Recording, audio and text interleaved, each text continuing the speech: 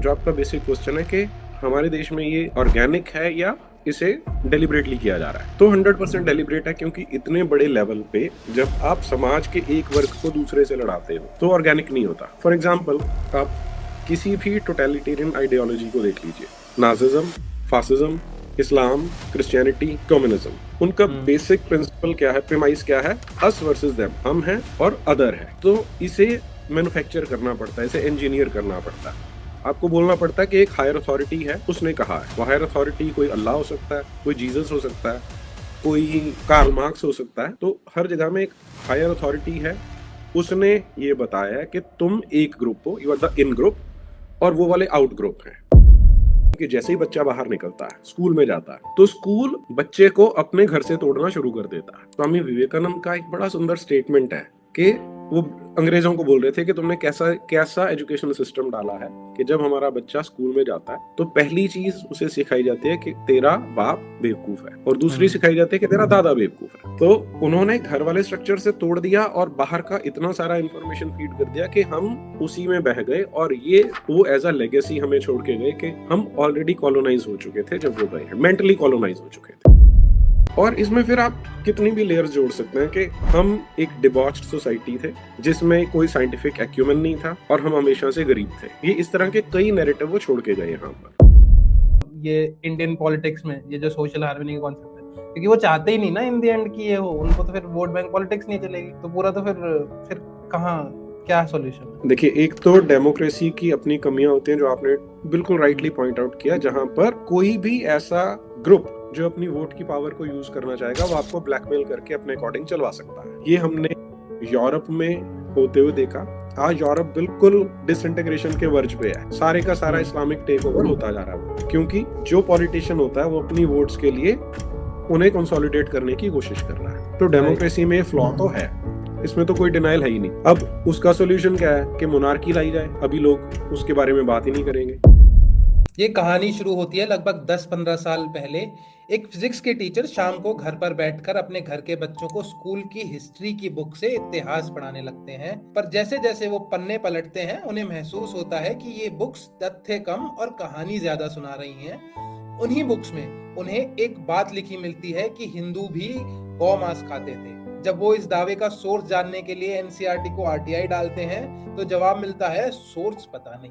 यहीं से शुरू होती है हमारे आज के गेस्ट नीरज अत्री जी की यात्रा। ये यात्रा धीरे धीरे ब्रेन वॉश रिपब्लिक जैसी झंझोर देने वाली बुक बनकर सामने आती है। एक ऐसी बुक जो दिखाती है कि मेंटल कॉलोनाइजेशन सिर्फ इतिहास का विषय नहीं, बल्कि ये आज भी हमारे शिक्षा तंत्र द्वारा चल रहा है। नीरज जी का शोध हमेशा सत्य के सिद्धांत पर टिका रहा है और ये सिद्धांत उनकी हर चर्चा में दिखता है। अक्सर politically incorrect but factually correct बातें बोलने के लिए विख्यात नीरज अत्री जी के साथ आज शुरू हो रही इस विशेष श्रृंखला का ये पहला चरण है, जिसका केंद्र है स्वयं बोध। इस चर्चा में हम भारतीय समाज की उन खामियों और फॉल्ट लाइंस को पहचानने की कोशिश करेंगे जिनके कारण आज भी समाज लगातार टूटता दिख रहा है। अगर आपको चर्चा पसंद आए तो चैनल को लाइक सब्सक्राइब जरूर करें। स्टैटिस्टिक्स बताते हैं कि हमारे 80% रेगुलर व्यूअर्स ने हमें सब्सक्राइब नहीं कर रखा है, तो ऐसा बिल्कुल ना करें, क्योंकि आपका हर लाइक और सब्सक्राइब हमें बल देता है। तो आइए अब चर्चा शुरू करते हैं।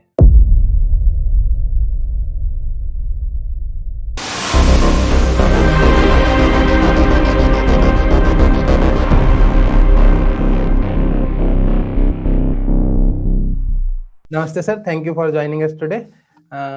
तो सर, सबसे पहले मेरा फर्स्ट क्वेश्चन, जैसे कि हमारी उस चीज पे बात चल रही थी कि हम कई बार सुनते हैं कि इंडिया की सबसे बड़ी प्रॉब्लम जो है वो सोशल इंजीनियरिंग है। तो उस पे एक बार थोड़ा सा मतलब आप ओपनिंग रिमार्क्स बताइए कि कैसे वो सबसे बड़ी प्रॉब्लम है जैसे अभी हम फेस कर रहे हैं।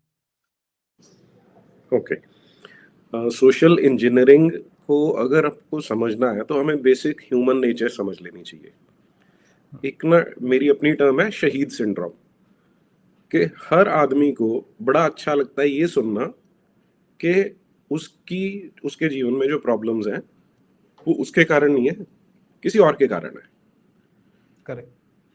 और क्योंकि सबको बड़ा अच्छा लगता है, इसे यूज किया जाता है जो भी पावर में बैठे होते हैं उनके द्वारा।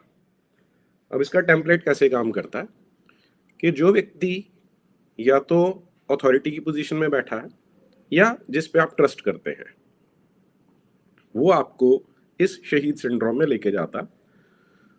और जब उसने ये करना है कि यार तुम्हारी जो सिचुएशन है ये तुम्हारे कारण नहीं है, तुम्हारी नालायकी नहीं है इसके अंदर, तुम्हारी गरीबी नहीं है, तुम्हारी सोशल कंडीशंस नहीं है, इसके लिए कोई एक विलेन है। तो दूसरा स्टेप आता है एक विलेन को क्रिएट करने का। वो विलेन एक व्यक्ति हो सकता है, एक ग्रुप हो सकता है, एक देश हो सकता है। ये कर दिया, उसके बाद बोला जाता है कि अब ये जो जिसने तुम्हारे साथ ये किया है, तुम्हारी सिचुएशन बहुत सीरियस है, एक इमरजेंसी की सिचुएशन है और हमें इसके लिए उपाय करना पड़ेगा। और वो उपाय क्या होगा, जो वो अथॉरिटी में बैठा व्यक्ति है वो बताएगा, और इस तरह से लोगों को मैनिपुलेट किया जाता है। ये ब्रीफ में सोशल इंजीनियरिंग होती है। तो ये चार पांच स्टेप्स हो गए इसके, कि अथॉरिटी में बैठा आदमी करेगा, एक विलन क्रिएट करेगा, एक इमरजेंसी सिचुएशन बताएगा, और फिर आपको उसके लिए आपसे काम करवाया जाएगा। ये ब्रीफ में सोशल इंजीनियरिंग हुई। और अब ये प्रॉब्लम क्यों है? ये प्रॉब्लम इसलिए कि इसका अर्थ ये होता है कि जो भी इसका विक्टिम बनता है वो अपने विवेक से काम नहीं करेगा, और वो सदा ही इस विचार के साथ जिएगा कि मुझे बदला लेना है। और जब भी बदले की भावना मन में भरी होगी तो वो व्यक्ति ना तो कभी स्वयं शांत रहेगा, ना वो समाज को शांत रहने देगा। जी विक्टिम मेंटेलिटी जो आ जाती है। हाँ, विक्टिम मेंटालिटी बोलते हैं। मैं इसे शहीद सिंड्रोम बोलता हूँ कि ये हर किसी में होता है। तो सर इसमें कुछ ऑर्गेनिक चीजें भी हैं कि ये सारा डेलिब्रेट पॉलिसी चॉइसेस की वजह से ही हुआ है? देखिए, वैसे तो ये हर लेवल पे होता है। हम ना जब कॉलेज में थे तो हमने बोलना, जैसे मैं करता था कि यार मैंने ना ये हस्तरेखा पढ़ना सीख लिया, ज्योतिष सीख लिया। तो हर कोई इंप्रेस हो जाता था, स्पेशली लड़कियां। उन्होंने ना, अच्छा बताओ, हमारे बारे में बताओ।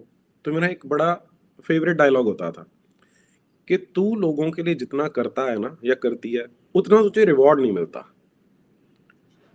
हर किसी का रिएक्शन होता था, हाँ यार बात तो सही है तेरी।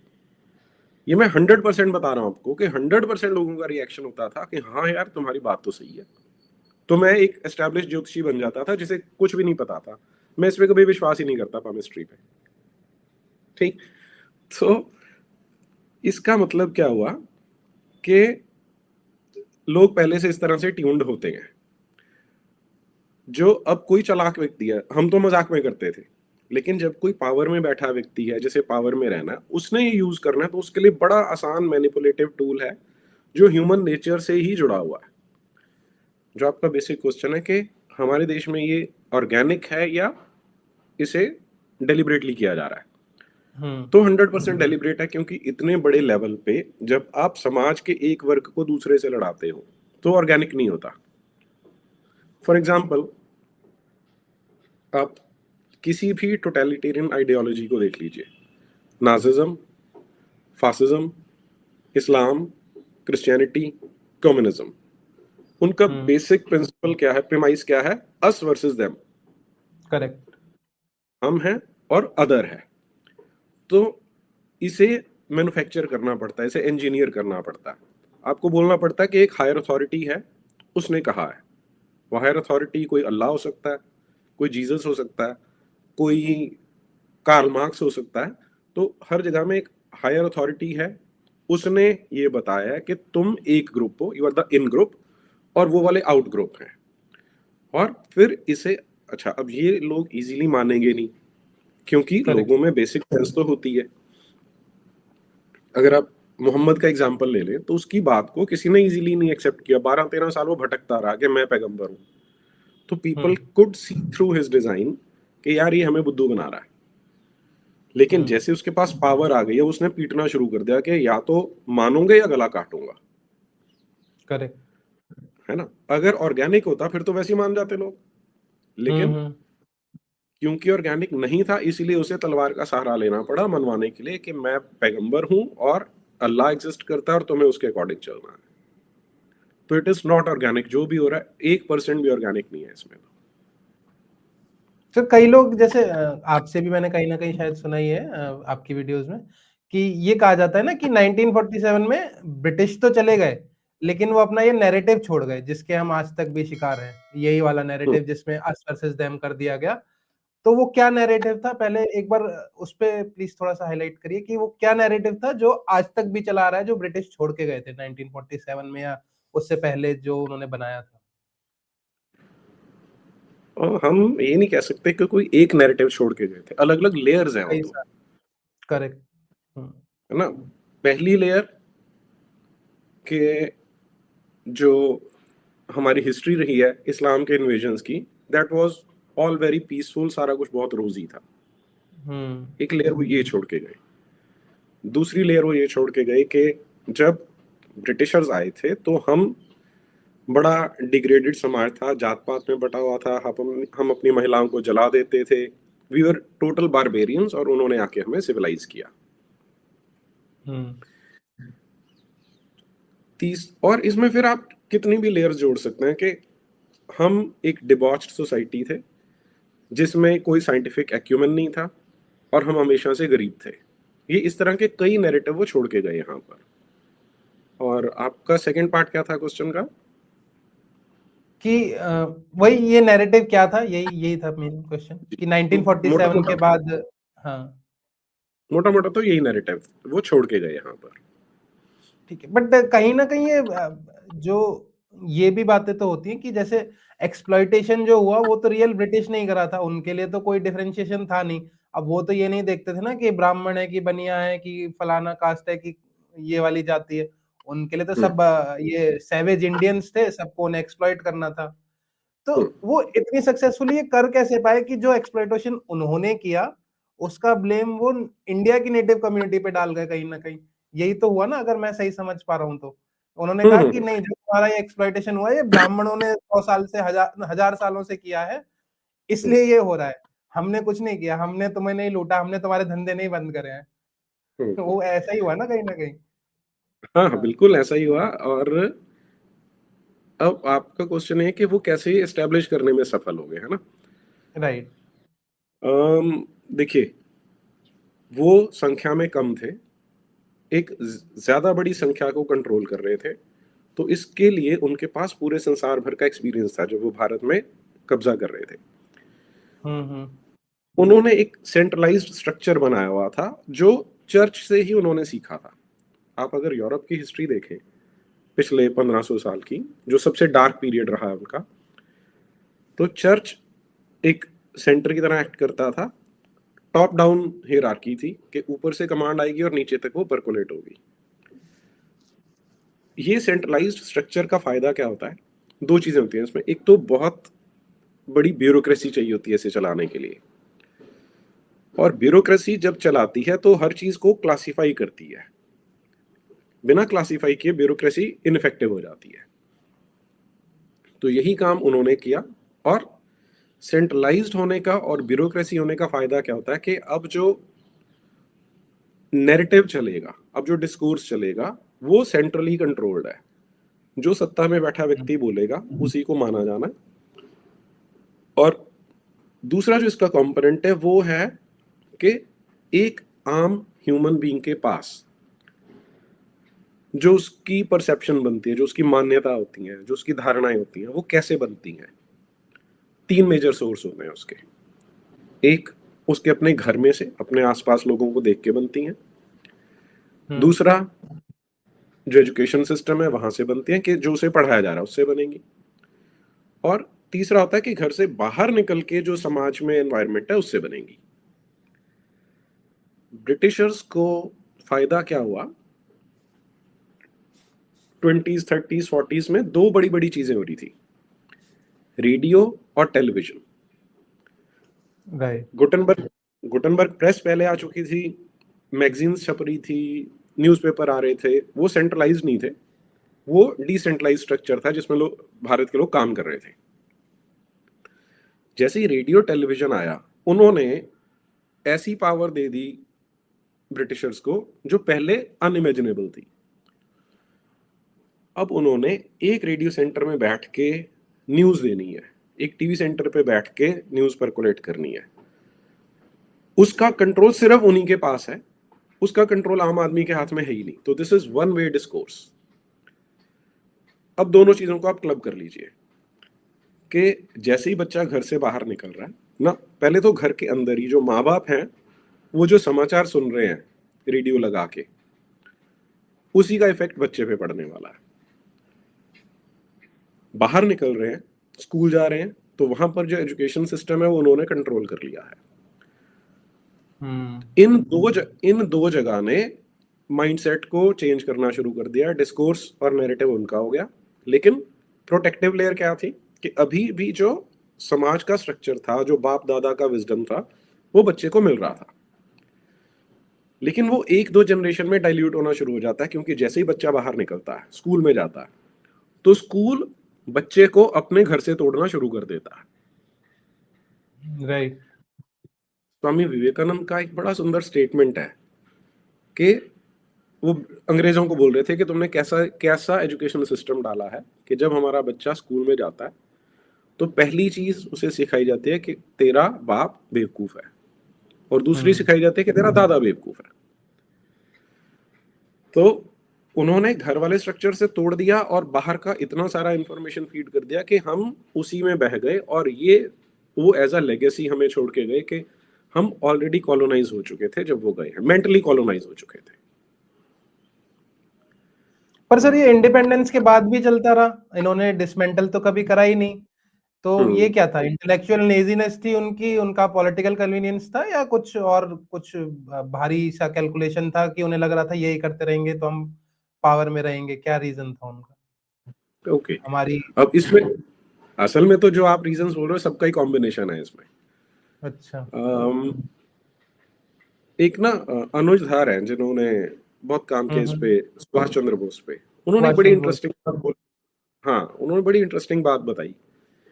कहते हैं आप ये देखो नीरज जी के 1947 के बाद हम कहते हैं कि हम आजाद हो गए। 14 अगस्त 1947 तक जो लोग सरकार चला रहे थे, जितने ब्यूरोक्रेट्स थे, जितने क्लर्क थे, जितने सुपरिंटेंडेंट थे, जितने अकाउंटेंट थे, क्या हमने 16 अगस्त 1947 को उन सबको निकाल के बाहर कर दिया था? वही थे। वही थे। तो सारा स्ट्रक्चर वैसे का वैसा था। जनरली क्या होता है, जहां पर रेवोल्यूशन के बाद चेंज आता है, आप संसार भर में देखिए, वहां पर जो पहले के टायरेंट्स होते हैं उनके स्टैचूज गिराए जाते हैं, उनके स्ट्रक्चर तोड़े जाते हैं, और नया स्ट्रक्चर खड़ा किया जाता है, नया अपना सिस्टम बनाया जाता है। स्वतंत्र, इसी को तो कहते हैं ना कि अपना स्ट्रक्चर बनाना। अपने यहां हमने ऐसा कुछ किया क्या? हमारी तो कांग्रेस भी उन्हीं की बनाई हुई थी, तो तंत्र तो छोड़ दो, एग्जैक्टली हमारी तो पार्टी भी उन्हीं की थी। एग्जैक्टली, कांग्रेस भी वही बना के गए थे। और इसमें हमें जो चीज मिस नहीं करनी चाहिए वो ना विंस्टन चर्चिल का एक सेंटेंस है। उसने शायद 43 में 44 में बोला था कि अब ये कॉलोनाइजेशन ये वाली खत्म हो रही है, the colonies of the future will be the colonies of the mind. ये कॉलोनाइज कर लेना है, और that is exactly what they did. जब वो गए यहां से तो किसे बिठा के गए? कौन था प्राइम मिनिस्टर? नेहरू। नेहरू जी। आपने उनकी 15 अगस्त 1947 की स्पीच कहीं सुनी या पढ़ी है? सुनी है सर मैंने तो। सुनी है। टाइटल याद है उसका? मिडनाइट करके कुछ था। हाँ, नहीं, टाइटल था ट्रिस्ट विद डेस्टिनी।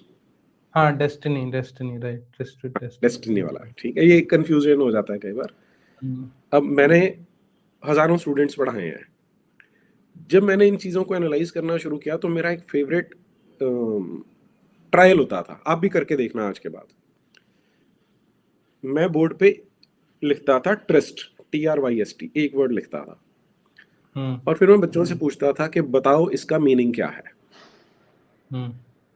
अब मैं अर्बन एरिया में रहा हूँ, मिडिल क्लास में रहा हूँ, मेरी इंग्लिश हमेशा बहुत अच्छी रही। I was a topper through out, बचपन से लेके टॉप तक। तो मुझे तो इसका मीनिंग पता था। लेकिन जो जिनसे मैं एड्रेस कर रहा होता था, अंडर ग्रेजुएट स्टूडेंट्स थे, इंजीनियरिंग करने वाले स्टूडेंट्स, उनसे पूछता था इसका मीनिंग बताओ। आज तक सिर्फ एक बार एक बच्चे ने हाथ उठा के उसका आंसर ठीक बताया था, अदरवाइज किसी ने नहीं बताया पिछले 15 साल में। ठीक है, अब पॉइंट क्या है यहाँ पे, 15 अगस्त 1947 के कंपैरिजन में आज हमारे देश में इंग्लिश जानने वाले कितने परसेंट बढ़ गए होंगे? Take a guess, just take a guess. 25-30 तो ज्यादा हो ही गए होंगे। 25-30% होंगे अगर हाँ। हम पूरे देश की बात करें। और हम्म। अगर मैं आपसे अर्बन मेट्रोपॉलिटन सिटीज की बात करूं तो 60-70 60-70। अमेजिंग। ठीक है। और 15 अगस्त 1947 में कितने परसेंट हमारे देश की पॉपुलेशन रही होगी जो इंग्लिश में वेल वर्स रही होगी? 2-3 हार्डली, मतलब ये भी मैं शायद हायर नंबर ही बोल रहा हूँ। हाँ। बिल्कुल ठीक है, आप बड़े जेनरसली बोल रहे हो ये, है ना? हाँ। तो अगर आज 70% इंग्लिश जानने वालों को इस ट्रिस्ट का मतलब नहीं पता है, तो हम्म। 15 अगस्त 1947 में लगभग किसी को नहीं पता था, राइट? राइट। अब आप now go back into history. Imagine करो कि यू आर अक्षय राघव, जो 25 साल का या 30 साल का लड़का है, हम्म। और वो बहुत खुश हो रहा है कि यार आज हमें इंडिपेंडेंस मिल रही है, हमारा नया प्रधानमंत्री बन रहा है, अब हमारा फ्यूचर कैसा होगा मैं रेडियो ऑन करके सुनता हूं। हम्म। आपने उसे ऑन किया, आपको अंग्रेजी नहीं आती, और हम्म। वहां पर एक बड़ी पॉम्पस भाषा में आपको भाषण सुनने को मिलता है जिसका टाइटल है ट्रिस्ट विद डेस्टिनी। आपको उसका हम्म। एक शब्द भी समझ में नहीं आया। एम आई राइट? करेक्ट। तो ये कितनी बड़ी हिंसा है, कितनी बड़ी वायलेंस, आप सोच के देखो पूरे देश के साथ। अब ये कोई रॉकेट साइंस तो है नहीं जो हमने बात की, this is not a rocket science. Jawaharlal Nehru को पता है कि वो जिस देश में रह रहा है वहां पर उसकी ये भाषा कोई नहीं जानता। जस्ट अ मिनट,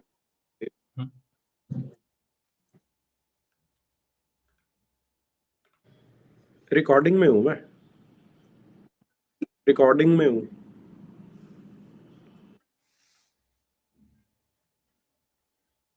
ठीक है, सॉरी अक्षय जी, वहीं से स्टार्ट करता हूँ। नहीं सर। हाँ,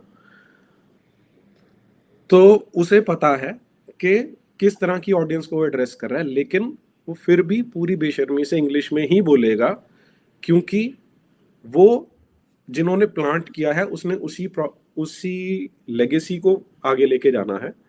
इसलिए ही और she doesn't give a dam कि लोग इसके बारे में क्या सोचते हैं, वो बता रहा है कि ऐसे ही चलेगा देश। हम्म। ये इसे आप एनेक्डोट भी मान सकते हैं, लेकिन ट्राई टू इमेजिन कि किस तरह के लोगों को वो दे के गए थे, उन्होंने क्या किया। जी। नींव नींव का पत्थर था ये। हमारा मतलब हाँ अगर हम बिल्कुल बिल्कुल, हमारे एब्सोल्युटली। हाँ पोस्ट इंडिपेंडेंस इंडिया की बात करें तो वही ऐसा था। हाँ हाँ, एब्सोल्युटली। अच्छा, एक और चीज देखिए। हाँ जी। एक एक आम आदमी को स्टेट से अगर वास्ता पड़ता है, हम्म। मान लीजिए घर में चोरी हो गई, तो एक आम आदमी के लिए स्टेट कौन है? मतलब पुलिस हो गई, डीएम हो पुलिस गए। होगी, पहली चीज हाँ। पुलिस होगी, पुलिस के पास जाएगा। हाँ। जो एफआईआर लिखी जाती है, आपने कभी हम्म। एफआईआर की टर्म्स अगर पढ़ेंगे, आज भी हैवीली पर्शियन में लिखी जाती है, हम्म। बहुत हैवी पर्शियनाइज्ड लैंग्वेज में लिखी जाती है। हम्म। ठीक। अच्छा, आप जब बीमार होंगे तो आपको डॉक्टर चाहिए। हम्म। डॉक्टर जो प्रिस्क्रिप्शन लिख के देता है किस भाषा में लिख के देता है? इंग्लिश। दवाई लेने जाएंगे, दवाई पे जो लिखा हुआ किस भाषा में लिखा हुआ? इंग्लिश। तो स्वतंत्र कहाँ है? हम्म। अच्छा, पुलिस ने करेक्ट। आपका काम नहीं किया, कोर्ट में पहुंच जाइए। आप कल्पना करके देखिए कि बिहार के एक गांव का आदमी है, उसका मुकदमा चलता है और उसे हाई कोर्ट या सुप्रीम कोर्ट में जाके खड़ा होना पड़ जाए, उसे कैसा फील होगा? और जो वहां ऊपर जज बैठा है वो उसे कैसी दृष्टि से देखेगा? ये छोटे छोटे पॉइंटर्स हैं जो बता रहे हैं कि स्वतंत्र कभी नहीं आया, वही जो कॉलोनियल लेगेसी है वो वैसे ही कंटिन्यू हो रही है, बस गोरी चमड़ी की बजाय वो चमड़ी भूरी या काली हो गई है, बस इतना ही चेंज आया है। कुछ कुछ कॉस्मेटिक चेंजेस में, क्योंकि कई बार लोग ये बोल देते हैं कि नीरज जी आप तो बिल्कुल एक्सट्रीम में बोल रहे हो, लेकिन आप देखिए ना, और ये जो दवाई वाला है, ये हमारे यहाँ कानून है कि जो लेबल पे लिखा जाएगा वो इंग्लिश में ही लिखा जाएगा, दिस इज बाय अच्छा। लॉ। नहीं, आई डिडंट। ओके। हम्म क्योंकि सर मैं कल ही पढ़ रहा था, तो अभी आप बता रहे थे तो मुझे वो याद आया कि जब पंचायत की वो ध्वस्त करी गई थी और ये जुडिशरी लाई गई थी, तो उनका बेसिक अजम्पशन यही था that these savage Indians are not capable of deciding amongst themselves and और resolving the issues amongst themselves. तो उसकी स्टार्टिंग पॉइंट ही वही है, जो हमारे अगेंस्ट प्रेजुडिस था, हमारे पंचायतों के अगेंस्ट, हमारे गांवों के अगेंस्ट, और हम आज भी वही कंटिन्यू करे जा रहे हैं। आज भी स्टेट हमें उसी तरीके से देखता है कि इन जाहिलों के तो बस की नहीं है, मतलब अगर हम हिंदी में बोलना चाहें तो बिल्कुल ठीक है। कहीं ना कहीं स्टेट की मेंटेलिटी वही है, कंटिन्यू हो रही है। हम्म ठीक है सर, इसके बाद में एक एक मतलब ये पूरा सेक्शन डिटेल में मैं वही अभी जो हम बात कर रहे थे कि कैसे नैरेटिव बिल्ड किया गया अगेंस्ट द ब्राह्मण, तो मैं उसी पे एक पूरा सेक्शन वो करना चाहता हूँ कि ब्राह्मणवाद को एक सोशल इविल बताने के बाद ऐसे कई लोग मिल जाते हैं जो मनगढ़ंत कहानियां बताते रहते हैं, कुछ कुछ बोलते रहते हैं, लेकिन अगर कोई उनके नैरेटिव्स को जैसे चैलेंज करता है तो जैसे आप भी कहते हैं कि वो सारे कामी वामी इस्लामी एकदम पीछे पड़ जाते हैं उसके, चाहे वो आज डिजिटल उसमें हो, वर्ल्ड में हो, चाहे हम न्यूज में देख लें या टीवी वगैरह में भी देख लें, हर जगह यही होता है और रियल लाइफ में तो हो ही रहा है। और अगर हम सिर्फ लेकिन एक अगर दूसरी पिक्चर देखें, हम खाली वायलेंस को क्राइटेरिया माने कि वायलेंस सबसे ज्यादा किसके ऊपर हुआ है 1000 सालों में, तो ये भी दिखता है कि सबसे ज्यादा वायलेंस तो ब्राह्मणों के अगेंस्ट ही हो रहा था। मीनाक्षी जैन जी का जो डेटा था कि अंग्रेजों के की गोलियों से जितने सबसे ज्यादा जो लोग मरे थे उसमें 67 या 70% ब्राह्मण्स थे ड्यूरिंग द इंडिपेंडेंस स्ट्रगल। फिर हम अगर अकबर या इन गाजियों की जो आए थे इनकी बात करें तो वो जनेऊ तोलते थे, अकबर कहते हैं 74 मन जनेऊ तोल रहा है। और उसके बाद जब मंदिर टूट रहा है तो सबसे पहला ऑब्वियसली ये तो मतलब किसी को रॉकेट साइंस है नहीं, अगर मंदिर टूट रहा है तो सबसे पहले टारगेट उस ब्राह्मण परिवार पे किया जाएगा जो उस मंदिर की देखरेख कर रहा है। तो ये फिर सोशल जस्टिस है का? आज वो वायलेंस आज भी कंटिन्यू हो रहा है, वो 1000 साल से कंटिन्यू हुआ और आज अब वो SC/ST एक्ट के थ्रू हो रहा है। अब हमें दिख रहा है कि गांव के गांव खाली हो रहे हैं, ये तो अभी रिसेंट की न्यूज है। तो ये पूरा मतलब क्या है ये, इसमें थोड़ा एक बार प्लीज डिटेल में बताइए कि ये इसका क्या सोल्यूशन हो सकता है और क्या हो क्या रहा है ये। तो मतलब हम तो पूरे नैरेटिव में फंस गए हैं ना, फिर इसका कोई है भी सॉल्यूशन? इसमें पता है कि देखिए आयरनी क्या हाँ है सबसे बड़ी, हाँ। मोदी जी ने पिछले से पिछले साल 15 अगस्त को लाल किले से बोला कि 5 प्रण उन्होंने बोले कि हमने 5 प्रण लेने हैं। उनमें से एक प्रण है कि हमने गुलामी की जो निशानी है उनसे छुटकारा पाना है, उन्हें खत्म करना है। अब सबसे बड़ी गुलामी की जो लेगेसी है, अगर आप देखना स्टार्ट करेंगे, जो तो विजिबली आपको दिखेगी, वो है जहां पे आपको जालीदार टोपी सर पे दिख रही है और बुर्का दिखाई दे रहा है। वो सबसे पहली गुलामी की निशानी है कि जो आक्रांता आए थे उन्होंने यहाँ पर अनगिनत बलात्कार किए, जो अपनी किताबों में वो लिखते हैं, अनगिनत गुलाम बनाए, यहाँ पर तलवार की नोक पे कन्वर्ट किया और उन्हें मुसलमान बना दिया। वो आज भी जस के तस चलते आ रहे हैं।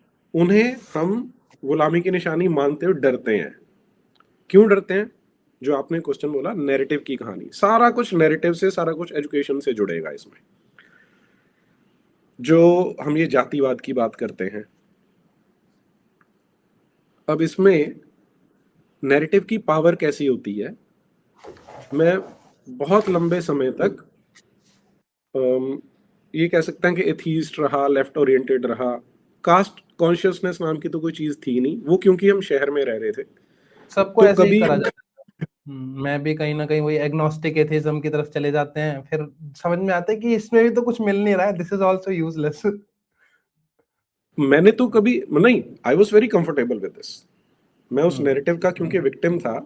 और एक फिर मेरा सब्जेक्ट था फिजिक्स का, जिसमें मैक्सिमम लिटरेचर ही हम फॉरेन ऑथर्स का पढ़ेंगे। और मैं तो रिचर्ड फेनमैन का फैन था, अभी भी हूँ, बहुत चीज़ों में अभी भी मैं उनका एक तरह से फॉलोअर हूँ। तो मुझे लगता था कि ये सारे के सारे जो रिलीजन है, धर्म है, ये सब कंस्ट्रक्ट्स हैं आर्टिफिशियल, जो बिल्कुल लेफ्टिस्ट आइडियोलॉजी है कि सारे कंस्ट्रक्ट्स हैं।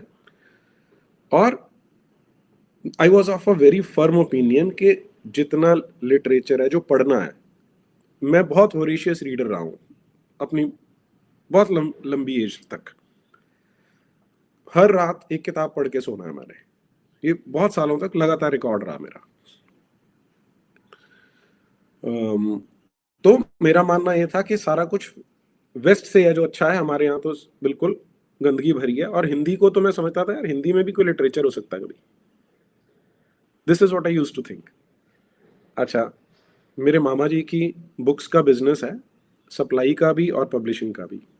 तो मैं उनकी ऑफिस में बैठा था, फ्री था, मामा जी कहीं गए हुए थे। तो सामने एक बुक पड़ी थी नरेंद्र कोहली की, महासमर। वो मैंने अब फ्री था, बाकी मोस्टली किताबें पढ़ी हुई थी, मैंने उसे पढ़ना शुरू किया और सडनली मुझे लगा यार ये तो बहुत इंटरेस्टिंग है। मैं पढ़ता गया उसे। वो महाभारत पे बेस्ड एक फिक्शनल अकाउंट उन्होंने लिखा था। तो उससे मुझे क्यूरियोसिटी हुई कि यार पढ़ के देखना चाहिए क्या है। तो दैट मतलब एक्सीडेंटली मुझे समझ में आया कि हमारी जो लेगेसी है हमारे देश की, वो कितनी अलग है। फिर करते करते मतलब, to cut the long story short, मैंने भगवत गीता पढ़ना शुरू किया। तो मुझे समझ में आया कि जहां पर वेस्ट वालों की थिंकिंग खत्म होती है, उनकी फिलॉसफी जहां खत्म होती है, वहां से तो हमारे यहाँ पर शुरू होती है। और उस कितनी आगे जाती है हम कभी समझ ही नहीं पाए। तो मैं एक जीता जागता एग्जाम्पल हूं उस लेगेसी का, उस कॉलोनियल माइंडसेट का। ठीक है, और ये मैंने इतना लंबा आंसर क्यों दिया आपको कि वो सारा कुछ मैंने इंटरनलाइज किया हुआ था कि कास्ट बकवास होती है, ब्राह्मण वर वेरी क्रूअल, उन्होंने गलत किया, सब कुछ मैंने इंटरनलाइज कर रखा था। तो फिर मैंने जब हिस्ट्री पढ़नी स्टार्ट की, तो उसमें मैंने देखना स्टार्ट किया कि कहां पर ये आता है कि इस्लाम जैसा इगैलिटेरियन रिलीजन आया कहने को। तो फिर तो ऐसा कैसा होना चाहिए था कि जिन्हें दबा के रखा हो वो सारे के सारे खुश हो जाने चाहिए थे कि भाई अब हमारे मसीहा आ गए, हमें बचाने वाला है, अब हम इस्लाम को एक्सेप्ट कर रहे हैं। ऐसा होना चाहिए था। या जब वास्को डिगामा आता है, उसके साथ फादर्स आते हैं, तो लोगों को बोलना चाहिए था भाई आप आए हो, हमारे सेवियर हो, हमें बचाओ, यहाँ पर तो हमें प्रताड़ित किया जा रहा है। करेक्ट। पूरे पीरियड में मोहम्मद बिन कासिम 712 में पेनिट्रेट कर जाता है, वहां से लेके टीपू सुल्तान तक जितने मुस्लिम क्रॉनिकलर्स ने लिखा है, मैं आपको बता सकता हूँ 99% को मैंने पढ़ा है। 1% मैं छोड़ देता हूँ, कुछ मुझसे मिस हुआ होगा। मुझे एक इंस्टांस ऐसा नहीं मिला जिसमें किसी ने जाके डेलिबरेटली इस्लाम को एक्सेप्ट कर लिया। Not even a single instance.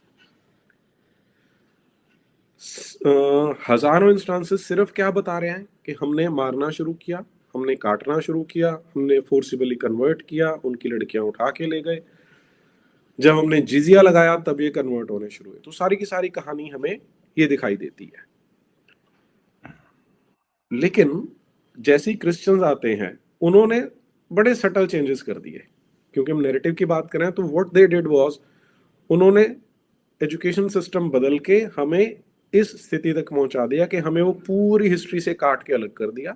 और इसीलिए आज हम ऐसा समाज बन गए हैं जहां पर ये जो 1000-1200 साल हैं, इनमें मैं आपको 2 इंस्टांसेस रिप्रेजेंटेटिव बता देता हूं। जब सल्तनत पीरियड जिसे बोलते हैं, फिरोज तुगलक का शासन आया था, और फिरोज तुगलक को कंपैरेटिवली लीनियंट मुसलमान शासक माना जाता है जिसने कम एट्रोसिटीज की हैं।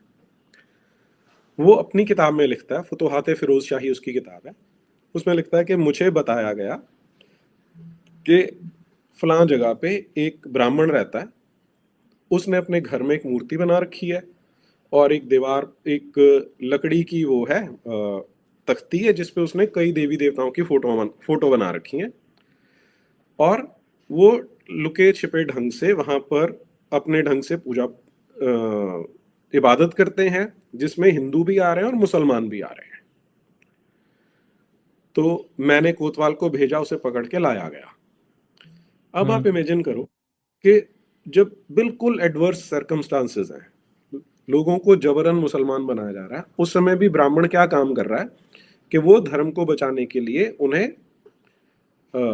इस तरह की क्लैंडेस्टाइन एक्टिविटीज कर रहा है। क्लैंडेस्टाइन बोल सकते हैं उनकी टर्म्स में।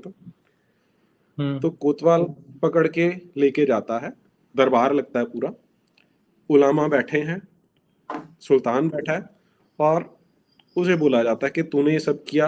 बोलता है हाँ किया। तो उलेमा से पूछा जाता है कि बताओ इसकी क्या सजा है?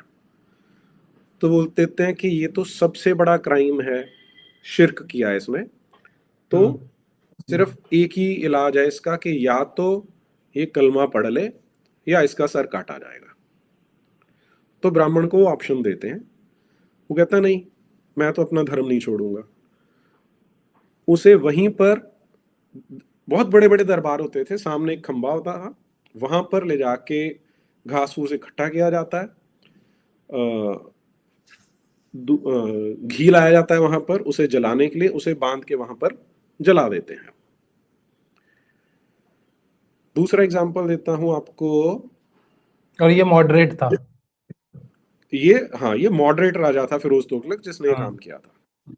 ठीक है। और एक उन्होंने पर्शियन में एक सेंटेंस आता है, मैं वो शब्द तो भूल रहा हूँ, उसका मतलब यह है कि जो ब्राह्मण है वो शिर्क की जड़ हैं, इन्हें खत्म करना सबसे जरूरी है। अच्छा, ठीक है। ये तो इस्लाम का। वास्को डिगामा 1498 में 1498 में आता है। उसके कुछ साल बाद फ्रांसिस जेवियर आता है, जिसके नाम पे सेंट जेवियर्स करके हमारे देश में सैकड़ों इंस्टीट्यूशंस बने हुए हैं। वो आता है यहाँ पर, देखता है सर्कमस्टांसेस को, फिर वो पुर्तगाल में अपने राजा को चिट्ठी लिखता है कि यहाँ पर सबसे विकेट जो है वो ब्राह्मण है, जो कन्वर्शन नहीं दे होने देंगे। अगर ब्राह्मण ना हो तो यहाँ हम सबसे जल्दी कन्वर्शन कर सकते हैं। अच्छा। तो दोनों जो ट्रेडिशन यहाँ आ रही हैं, उनका सबसे पहला टारगेट ब्राह्मण है। सबसे ज्यादा परसिक्यूशन ब्राह्मणों की जाती है।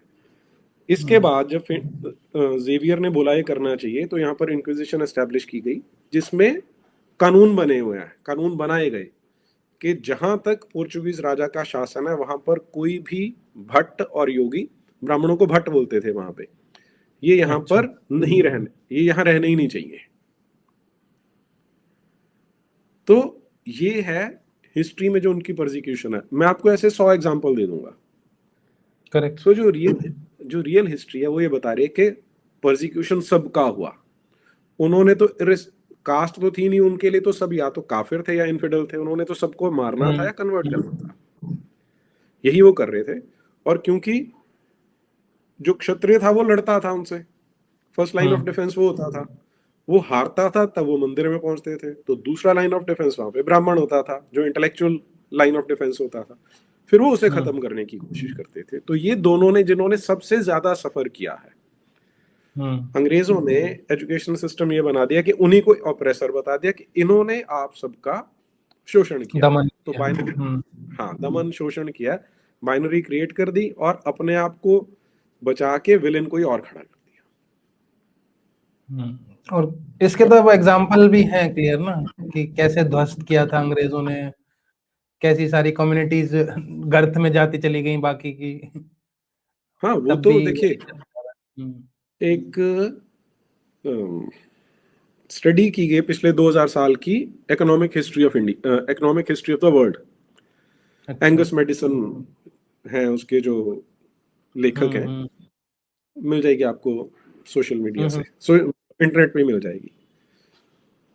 वो बताते हैं कि इन 2000 साल में पहले 1100 साल तक इंडिया की जीडीपी संसार की 33-34% है, और India is at number 1 in GDP. 1000 साल के बाद, अच्छा, दूसरे नंबर पे चाइना। पहले 1000 साल में इंडिया की जीडीपी और जीडीपी पर कैपिटा दोनों नंबर 1 पे हैं, चाइना दोनों में नंबर 2 पे है। अब जो मुसलमानों का आना शुरू हुआ 712 से हुआ, टुकड़ों टुकड़ों में, फिर गजनवी आया, फिर उसके बाद इनकी स्टेबल यहाँ पर फुटहोल्ड कब मिला? 1195 में, जब मोहम्मद गौरी जीतता है। वो किसके साथ कोइंसाइड कर रहा है कि अब इंडिया की जो जीडीपी है वो गिरनी स्टार्ट हो जाती है।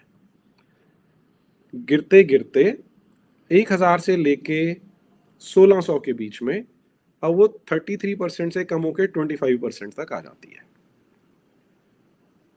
ठीक, इसे मीडिया में कैसे प्रेजेंट किया जाता है कि जिस समय मुगलों का शासन था, भारत की जीडीपी 25% होती थी संसार का।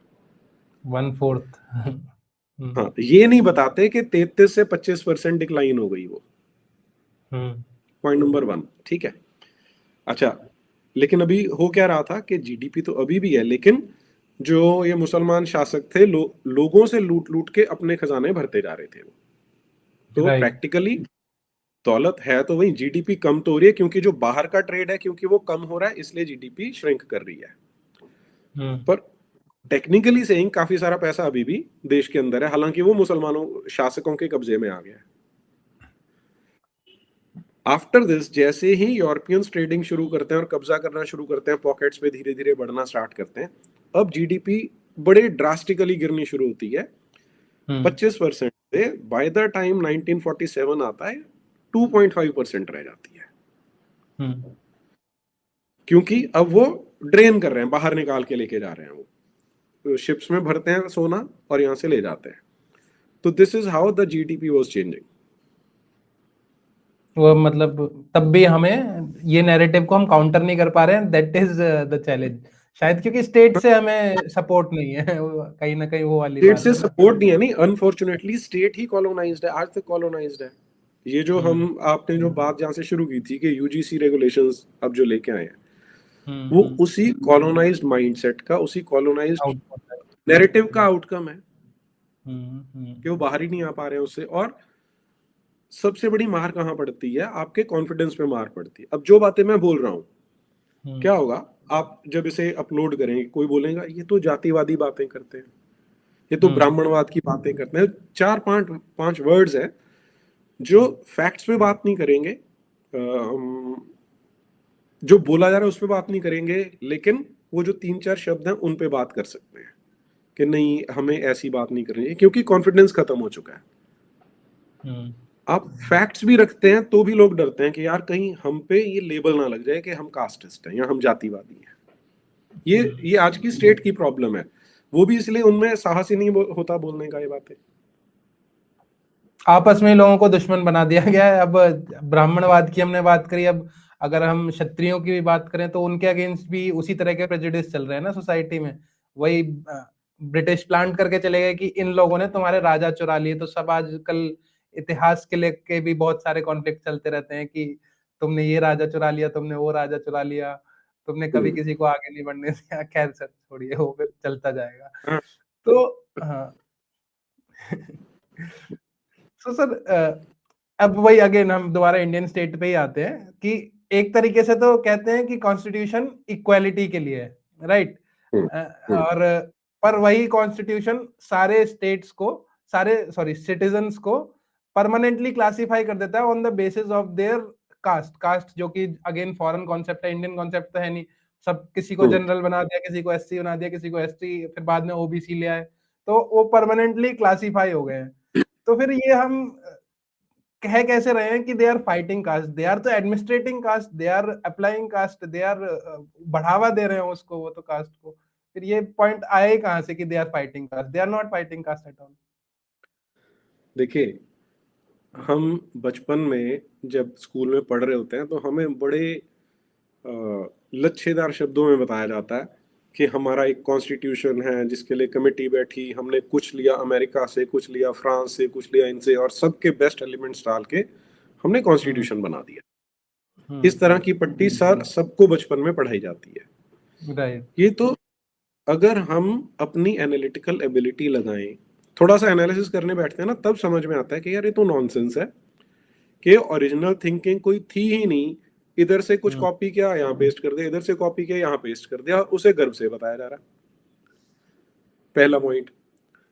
दूसरा, कि अगर 1949 वाला गवर्नमेंट ऑफ इंडिया एक्ट देखें तो 1935 वाला जो गवर्नमेंट ऑफ इंडिया एक्ट था, जो अंग्रेजों ने डिजाइन करके दिया था, 90% उनकी चीजें आपस में वर्ड बाय वर्ड मैच करती हैं, उसी को उठा के रखा गया, थोड़े इधर उधर कोई सुर्खी बिंदी लगा दी है।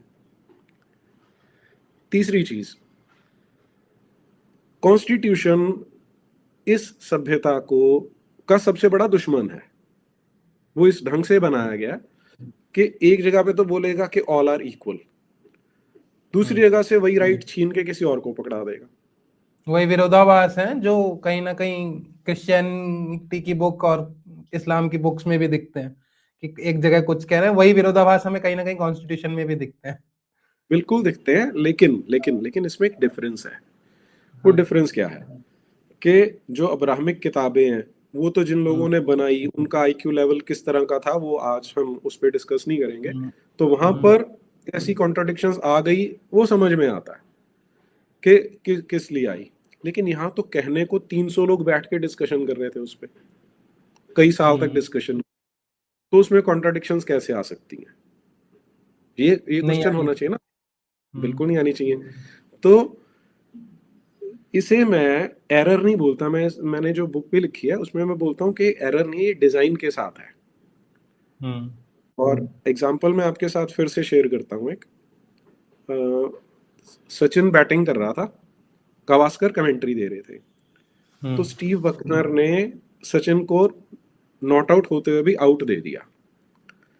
तो Sachin being a thorough gentleman, उसने कोई डिसेंट शो नहीं किया, वो आराम से चल पड़ा। तो सुनील गावस्कर उसकी प्रेज करते हैं कि यार ऐसा जेंटलमैन होना चाहिए, और सचिन से हम पूरे देश को बहुत चीजें सीखने को मिल सकती हैं। तो गावस्कर ने उसके बाद एक बात बोली, कहते हैं कि अच्छा क्या उसने डिसेंट नहीं किया, क्योंकि कोई फायदा नहीं होता। हर बैट्समैन जानता है कि अगर उसका बैटिंग करियर एक ठीक ठाक अंतराल में चलता है, तो अंपायर से दोनों तरह की गलतियां होती हैं।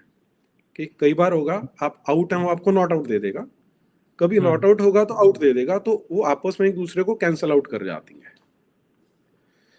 और ये एरर का स्वभाव होता है कि कुछ गलतियां पॉजिटिव होंगी, कुछ गलतियां नेगेटिव होंगी। हम फिजिक्स में भी जब पढ़ाते हैं बच्चों को तो यही कराते हैं। उसमें एक टॉपिक ही आता है एरर्स का, कि जब आप एरर करेंगे, जैसे मान लीजिए टेबल है मेरे पास, मैंने एक बच्चे को बोला इसे मेजर करके बताओ कितना है, वो बताएगा सर 2.45 मीटर्स, कोई बताएगा 2.46 मीटर्स। तो 100 बच्चे हैं, 100 के 100 छोटा मोटा एरर कर सकते हैं, लेकिन हम जब उनको एवरेज निकालेंगे तो जो रियल वैल्यू उसके क्लोज की वैल्यू आ जाएगी। राइट, ऐसे ही होता है। लेकिन हमारे तो कॉन्स्टिट्यूशन में भी अगर एरर नेचुरल होते, तो कुछ एरर होते जो हमारी सभ्यता के फेवर में होते, कुछ होते जो सभ्यता के अगेंस्ट होते। ऐसे ही होना चाहिए था। लेकिन यहाँ जितनी ऐसी चीजें जो विसंगतियां हैं, वो सारी की सारी हमारी सिविलाइजेशन के अगेंस्ट जाती हैं। Which tells you कि this is all by design। Article 25 से 30 है, 25 से 30 सारे के सारे हमारे सभ्यता को खत्म करने के लिए बने हैं। राहुल जी उसे अपार्थाइड अगेंस्ट हिंदूज कहते हैं, राहुल दीवान जी से भी मेरी बात हुई थी। अच्छा, हाँ हाँ, एब्सोल्युटली अपार्थाइड ही है ये तो, कॉन्स्टिट्यूशनली स्टेट अप्रूव्ड अपार्थाइड है ये। और आप ऐसे सोच के देखिए, ये पढ़ी है मेरे पास, कुरान है, कितनी सी किताब है, ऐसे ही बाइबल पढ़ी है। जो 300 लोग बैठे थे, जिन्हें बोला जाता है बहुत सारे इंटेलिजेंट लोग थे, वो ये 2 किताबें पढ़ सकते थे। दोनों में क्लियरली लिखा है कि हमने काफिरों को मारना है, दारुल इस्लाम बनाना है। वी हैव टू किल और convert the infidels to bring the kingdom of God. दोनों की अनएम्बिगुअस डिक्लेयर्ड ऑब्जेक्टिव है, कोर ऑब्जेक्टिव है उनका, नॉन नेगोशिएबल है। ठीक है, उन दोनों को माइनॉरिटी बोल के उन्हें प्रिविलेजेस प्रोवाइड कर दी कि तुम अपने स्कूल भी खोल सकते हो, मदरसे भी खोल सकते हो, और तुम अपना रिलीजन पढ़ा भी सकते हो। ठीक है, और उसका रिजल्ट क्या होगा कि कॉन्वेंट प्रोलिफरेट होंगे, मदरसे प्रोलिफरेट होंगे, उनमें बच्चों को रेडिकलाइज किया जाएगा, उन्हें नफरत सिखाई जाएगी, और जब वो बड़े होंगे तो इसी देश को धीरे धीरे धीरे धीरे अंदर ही अंदर से खोखला करते जाएंगे, और वो हम होते हुए देख रहे हैं। Correct. On the other hand, जो सनातन धर्म की आइडियोलॉजी है, जिसमें आपको कहीं पर भी कोई नैरो माइंडेडनेस नहीं दिखाई देती, किसी तरह की डिस्क्रिमिनेशन नहीं दिखाई देती, उसे डिस्क्रिमिनेटरी बोल दिया गया, प्लस उसके लिए बोला गया कि तुम इसे अपने स्कूल्स में नहीं पढ़ा सकते। दैट मीन्स जो ह्यूमैनिटेरियन वैल्यूज हैं, जो इगैलिटेरियन वैल्यूज हैं, जो इंक्लूसिव आइडियोलॉजी है, वो पढ़ाने के लिए स्टेट आपको एनकरेज नहीं कर रही, बल्कि एक्टिवली डिस्करेज कर रही है। जो डिसिपेटिव फोर्सेस हैं, जो समाज का विघटन करने वाली विचारधाराएं हैं, उन्हें पढ़ाने के लिए उन्हें माइनॉरिटी के, अल्पसंख्यक के लेबल के अंडर आप प्रिविलेजेस देके उन्हें प्रमोट बढ़ावा दे रहे हैं। तो एजुकेशनल इंस्टीट्यूट्स में से आपको अपना धर्म सीखने को मिल ही नहीं सकता, खत्म कर दिया। ठीक है, मंदिर अगर है आपका, तो वहां पे Hindu religious and charitable endowments act लगा के वो सरकार कब्जे में ले लेगी। तो देवालय जिसने धर्म का विस्तार करना था, वो सरकार के कब्जे में, सरकार सेक्युलर। स्कूल जहां से बच्चा धर्म की शिक्षा ले सकता था, वहां धर्म की शिक्षा बैन है, वो भी नहीं सीख सकते। ऑन द कॉन्ट्रेरी, चर्च में और मॉस्क में स्टेट इंटरफेयर नहीं करेगा। उनके स्कूल्स में उन्हें अपना रिलीजन पढ़ाने का प्रोविजन दिया गया, बिल्कुल फ्रीडम दिया गया। तो इसका एंड रिजल्ट क्या होगा? इसके लिए आपको कोई रॉकेट साइंटिस्ट होने की जरूरत है क्या? ये हमारा कॉन्स्टिट्यूशन है। भरत गुप्त जी की कल वीडियो देख रहा था मैं, उन्होंने उसको डेलिब्रेट डिस्क्रिमिनेशन कहा कि कॉन्स्टिट्यूशन में डेलिब्रेट डिस्क्रिमिनेशन किया गया, it's not erroneous, it is on purpose. बिल्कुल, एब्सोल्युटली राइट। सर, हम SC/ST एक्ट पे बात कर रहे थे थोड़ा अभी पहले, एक आप उसकी ओपनली एकदम क्रिटिसिज्म करते हैं, लोग उससे भी अब काफी बचते हैं, क्योंकि अगेन वही और आपने जो बताया कि उस लेंस से ना देखने लगे, जातिवाद वाला जो लेंस बना दिया गया है। लेकिन उसमें कोर प्रॉब्लम्स हैं, अब तो साफ दिखती हैं। तो प्लीज एक बार वो मैं चाहता हूँ कि आप हाईलाइट करें, जिससे अगर जो भी इस वीडियो को देख रहे हैं उन्हें समझ में आए कि किस तरीके से आप कल अपनी जो वीडियो थी शायद आपकी, आप उसमें भी वही बता रहे थे, कोई आपको बच्चे मिले थे स्कूल के, वो पूछ रहे थे आपसे कि ये क्या होता है। कल तो बड़ा इंटरेस्टिंग जी, बस वही मुझे बताइए। कि क्या प्रॉब्लम्स हैं इस एक्ट में, जो कि सबको साफ पता होनी चाहिए कि दिस इज क्लियरली डिस्क्रिमिनेटरी। देखिए, फिर से मैं कंपैरिजन करके बताऊंगा। ये किताब को 1000 साल से यहाँ पर ऑफिशियली एक लॉ बुक की तरह इंपोज किया गया। इसमें ब्राह्मण, क्षत्रिय, वैश्य, शूद्र, दलित, SC, ST सबके लिए जो शब्द है वो है काफिर और मुशरिक। 1000 साल का डॉक्यूमेंटेड हिस्ट्री है। कितने इसके एविडेंस चाहिए मैं आपको हिस्टोरिकली निकाल के दे सकता हूँ। 1000 चाहिए 1000, 2000 चाहिए 2000 मिल सकते हैं, जिसे कोई डाउट नहीं कर सकता कि प्लांटेड हिस्ट्री है। जो एक्चुअल डॉक्यूमेंटेड हिस्ट्री है उसमें ये किया गया। तो अगर हम हिस्टोरिकल ऑपरेशन के अकॉर्डिंग चलें, तो जिस शब्द पे बैन लगना चाहिए वो है काफिर और मुशरिक। जिस किताब पे बैन लगना चाहिए वो होनी चाहिए थी कुरान, लेकिन वो तो नहीं हुआ। उसे हमने रिलीजियस फ्रीडम के टाइटल के अंदर चलने दिया है।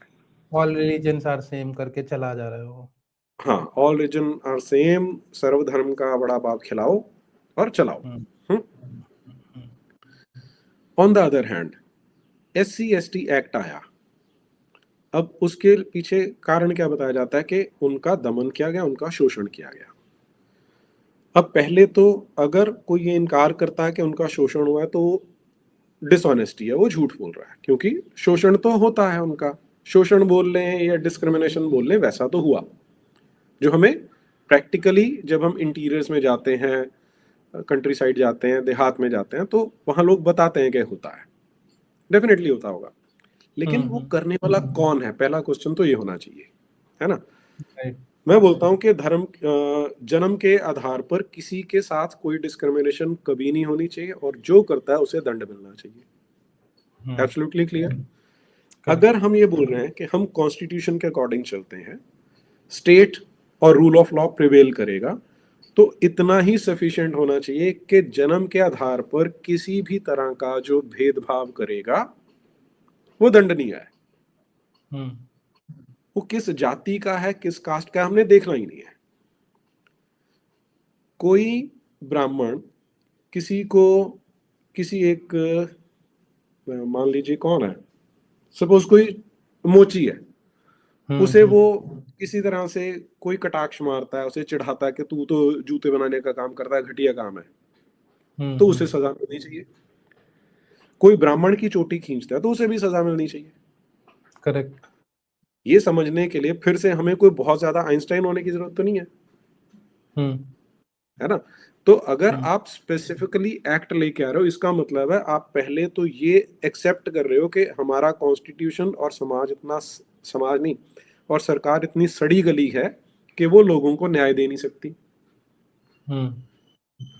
जब राइट टू इक्वलिटी आपने सेक्शन 14 में दे दिया, राइट टू इक्वलिटी का मतलब है कि कोई भी किसी के साथ नहीं करेगा, बात वहीं खत्म हो जाती है ना।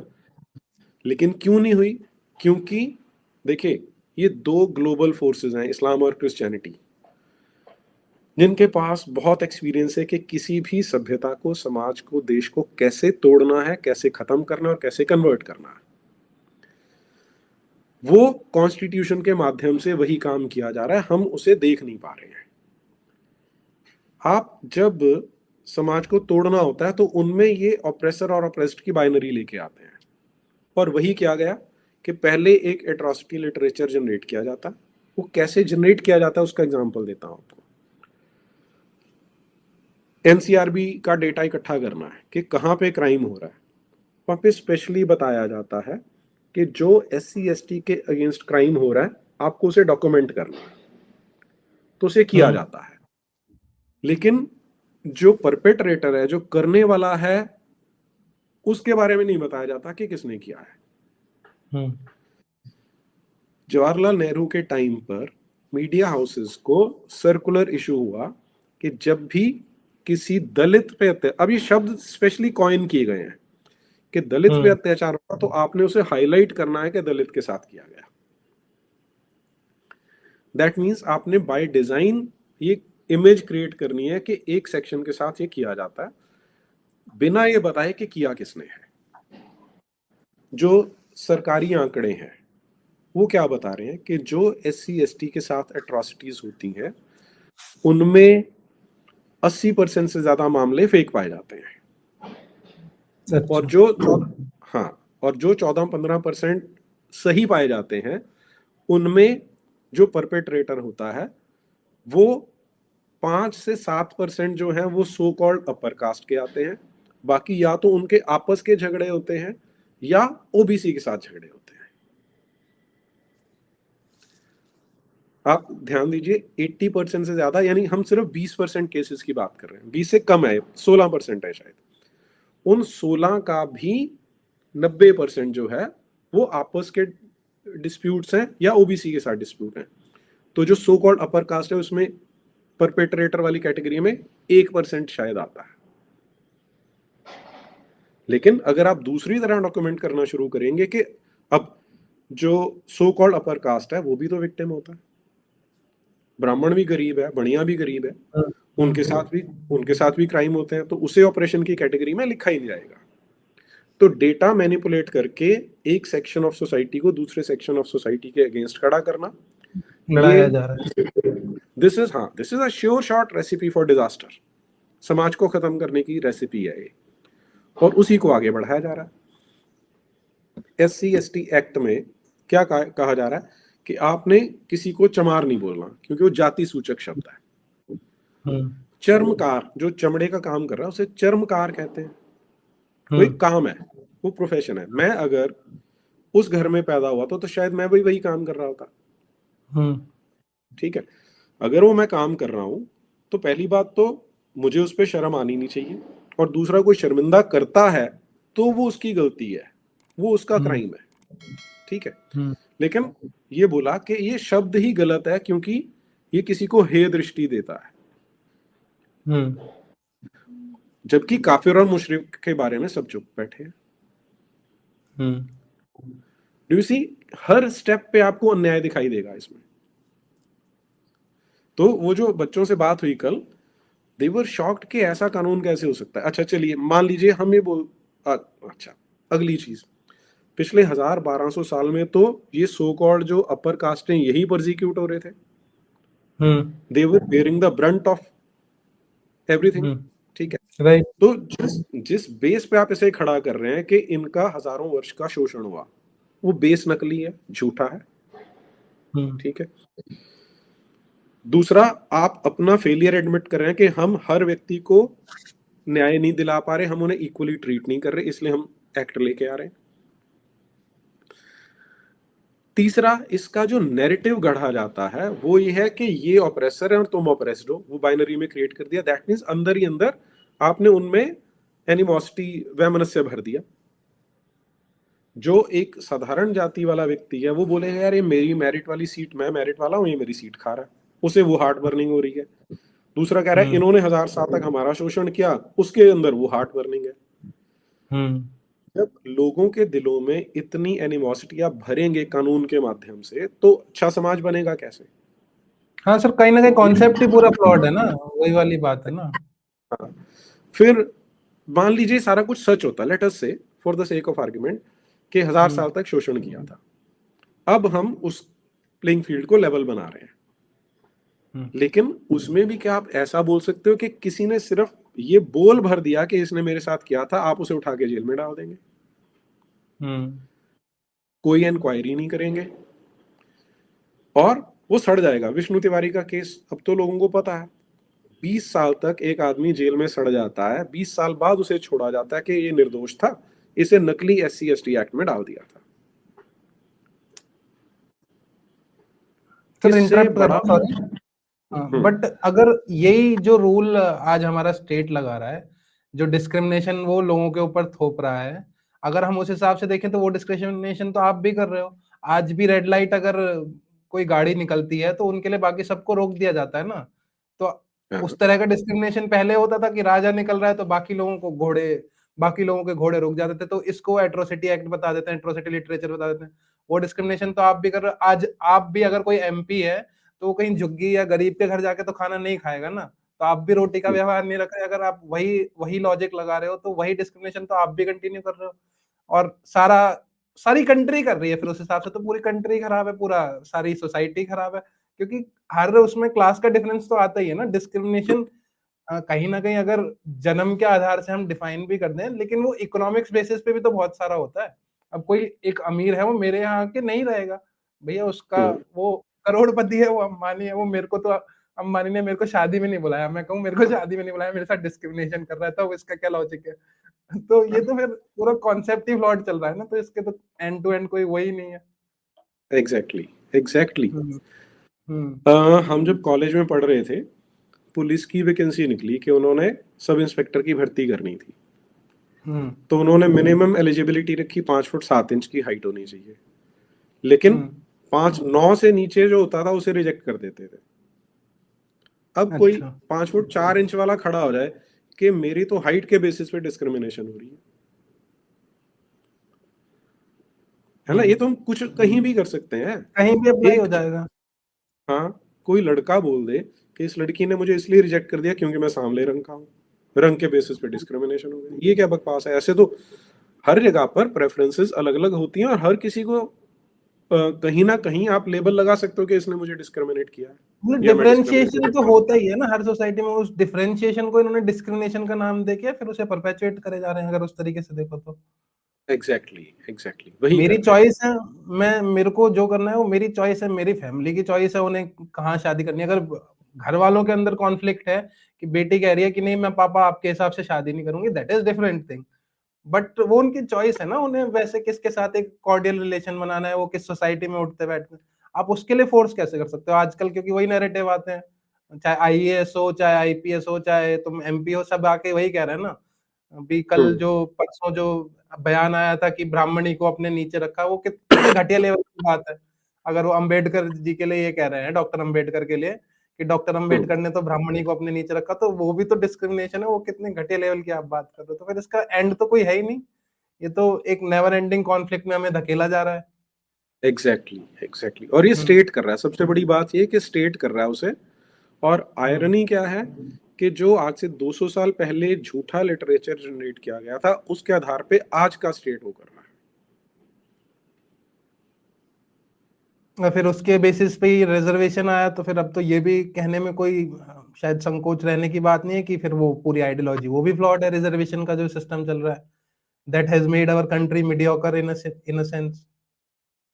मीडियोकर, आप सॉफ्ट वर्ड यूज कर रहे हैं मुझे तो लगता है।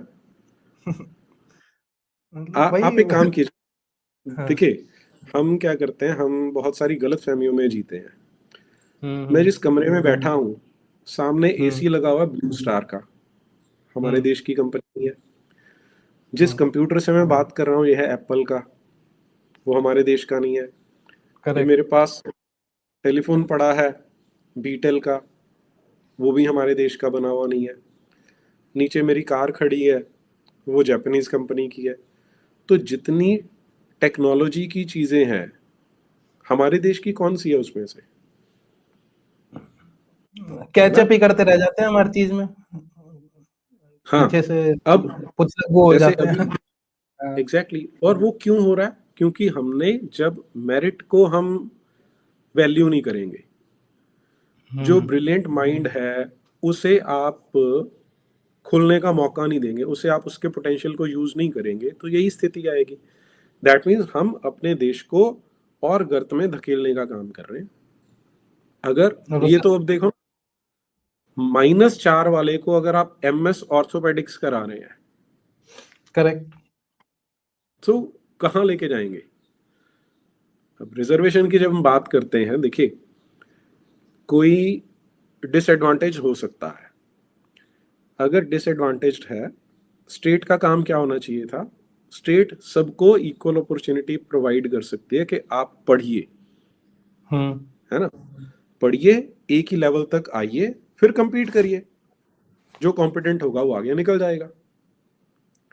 लेकिन उन्होंने, देखिए इसमें होता क्या है अक्षय जी, के एक होता है कि आपको एफर्ट करनी पड़ेगी, लोगों को ऐसी प्लान्स देना, ऐसी स्कीम्स एग्जीक्यूट करना जो इक्वालिटी सच में लाए। वो मुश्किल होता है, क्योंकि उसके लिए आपको एफर्ट करनी पड़ती है, प्लान करना पड़ता है, फिर उसका ओवरसाइट मैकेनिज्म डेवलप करना पड़ता है और उसे कॉन्स्टेंटली मॉनिटर करना पड़ता है। ये होता है गवर्नेंस का काम। जेन्युइन गवर्नेंस तो यही होती है। किसी भी सरकार का काम क्या होना चाहिए? हमारे यहाँ सरकार AI सबमिट करवा रही है, आर्टिफिशियल इंटेलिजेंस के लिए सरकार रिसर्च करवा रही है। सरकार का काम होना क्या चाहिए था? उसके लिए एनवायरनमेंट प्रोवाइड करना। बाकी समाज अपने आप करता है। सरकार का काम क्या होना चाहिए? बॉर्डर पे सुरक्षा देनी है, इंटरनल सिक्योरिटी देनी है, ये 2 काम आप करिए। प्लस अगर आपको देना है, जैसे वेलफेयर स्टेट की कॉन्सेप्ट आती है, तो एजुकेशन और health, quality education, quality health सबको प्रोवाइड करो, सबको बराबर प्रोवाइड करो। अंबानी का बच्चा भी उसी में पढ़े जितना किसी रिक्शे वाले का जहां बच्चा पढ़ रहा है, पढ़ने दो बराबर उन्हें। करेक्ट। लेकिन वो होगा कब? अगर आप उस क्वालिटी का स्कूल खोलेंगे, उस क्वालिटी के शिक्षक रखेंगे, तभी करेंगे। अभी उनके लिए शॉर्टकट है। शॉर्टकट क्या है? जो मंत्री बन गया, जो ब्यूरोक्रेट बन गया, जो जज बन गया, वो अपने बच्चों को इस देश में तो पढ़ाता ही नहीं, राइट। बाहर भेजता। यहाँ क्यों नहीं पढ़ाना? क्योंकि उन्हें पता है यहाँ का सिस्टम हम ही ने तो सड़ा गला के खत्म किया उसे, तो वो जानते हैं, है ना। आज आप एक कानून बना दो कि जितने पब्लिक रिप्रेजेंटेटिव्स हैं, सरपंच से लेके प्राइम मिनिस्टर तक, उनका बच्चा सरकारी स्कूल में ही पढ़ेगा। अगर वो बीमार होंगे तो उनका इलाज सरकारी अस्पताल में ही होगा। देखिए, विद इन 10 ईयर्स, 10 साल के अंदर अंदर सारा इंफ्रास्ट्रक्चर वैसा बन जाएगा जैसा क्या बोलते हैं हम उसे, फर्स्ट वर्ल्ड कंट्रीज में होता है। सर फिर लेकिन नेक्स्ट क्वेश्चन यहाँ से वो भी आता है, सॉरी प्लीज उस पर कंटिन्यू करिएगा, कि सोशल हार्मनी फिर इस इंडियन पॉलिटिक्स में या जो हम डेमोक्रेसी पे फिर क्वेश्चन मार्क बन जाता है कि ये फीजिबल भी है इस इंडियन डेमोक्रेसी या ये इंडियन पॉलिटिक्स में, ये जो सोशल हार्मनी का कॉन्सेप्ट है, क्योंकि वो चाहते ही नहीं ना इन द एंड की ये हो, उनको तो फिर वोट बैंक पॉलिटिक्स नहीं चलेगी, तो पूरा तो फिर कहाँ क्या सॉल्यूशन है? जी, देखिए, एक तो डेमोक्रेसी की अपनी कमियां होती हैं जो आपने बिल्कुल राइटली पॉइंट आउट किया, जहां पर कि कोई भी ऐसा ग्रुप जो अपनी वोट की पावर को यूज करना चाहेगा वो आपको ब्लैकमेल करके अपने अकॉर्डिंग चलवा सकता है। ये हमने यूरोप में होते हुए देखा। आज यूरोप बिल्कुल डिसइंटीग्रेशन के वर्ज पे है, सारे का सारा इस्लामिक टेक ओवर होता जा रहा है वहां पे, क्योंकि जो पॉलिटिशियन होता है वो अपनी वोट्स के लिए उन्हें कंसोलिडेट करने की कोशिश कर रहा है। तो डेमोक्रेसी में फ्लॉ तो है, इसमें तो कोई डिनाइल है ही नहीं। अब उसका सोल्यूशन क्या है कि मोनार्की लाई जाए। अभी लोग उसके बारे में बात ही नहीं करेंगे, लेकिन एक बीच का रास्ता क्या है, जो मैंने ना लाला लाजपत राय जी का लिटरेचर पढ़ा था, उसमें उन्होंने एक बड़ा सुंदर सेंटेंस है, उन्होंने बोला कि जब भी ये देश आजाद होगा हमें अपने जो जो नौजवान है उनकी तैयारी ऐसी करानी चाहिए कि वो बड़े होके सन्यासी सियासी बने। सन्यासी सियासी यानी वो पॉलिटिशियन जो सन्यासी हो। अच्छा। अभी हाँ, ये बहुत फार साइटेड विजन था उनका। आज आप पूरे देश में देख लो, एक पॉलिटिशियन का नाम बताओ जो सियासी सन्यासी की कैटेगरी में आता हो। अक्षय जी, कहीं ना कहीं योगी जी के लिए ही कह सकते हैं। एग्जैक्टली एक ही व्यक्ति आएगा पूरे देश में, आप चेक कर लो, क्योंकि उसका कोई अपना वेस्टेड इंटरेस्ट नहीं है, पॉइंट नंबर 1। पॉइंट नंबर 2, उसने अपना जीवन समर्पित कर दिया, वो सन्यास ले चुका है कि मुझे तो समाज का भला करना है। ये एक ही सॉल्यूशन है जो लाला लाजपत राय ने 100 साल से पहले दिया था।